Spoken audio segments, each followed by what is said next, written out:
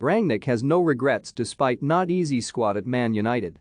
Ralph Rangnick insists he has no regrets about taking on the role as interim manager at Manchester United, despite the squad he inherited from Ole Gunnar Solskjaer being not easy.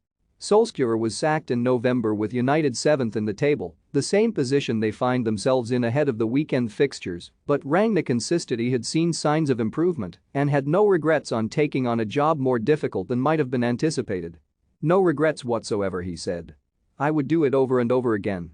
As a manager, you always have to question and ask yourself what you could have done better, if I could have played with a different formation in certain games, if a substitution could have been done earlier. I think we are all aware it's not an easy squad, the whole situation was not easy, or I would not be sitting here and Ole would probably still be here.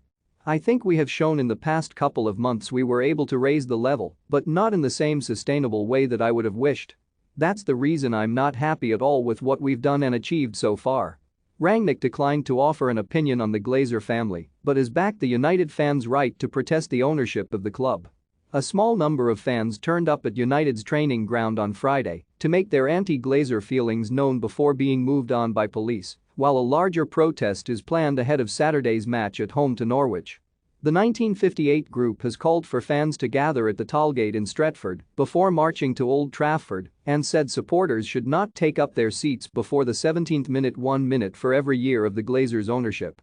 Rangnick, who is contracted to remain at United as a consultant once a permanent manager is appointed this summer, said fans were entitled to voice their opinion, asking only that they continue to support the team on the pitch and would not be drawn on his own views on the hierarchy. "There is no point in speaking or talking about that right now, that's not the issue," he said. "The issue is how can we win the game? It's not my job to speak about our ownership. I had a long conversation before I came over here at the beginning of December with the owner. Right now it doesn't make sense to speak about that."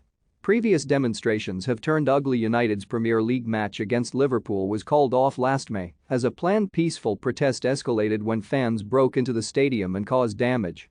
Though there is potential for a repeat, Rangnick said he had not felt any negativity around the team as they look to bounce back from last week's 1-0 defeat to Everton, a result which has seen them drop 6 points off the top 4 with 7 games left to play.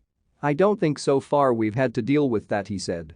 "The support of the fans has been massive, no matter if it's home or away. So far we haven't had that situation where they turned their emotions against a team. I can understand it, it's a game of passion and emotion. Whenever we come to the ground, be it away or at home, they're receiving the players with love and passion, but it's up to us, to them, that we still care, that the coaching staff care, and that the players care and try and get the best out of it and try and win the game."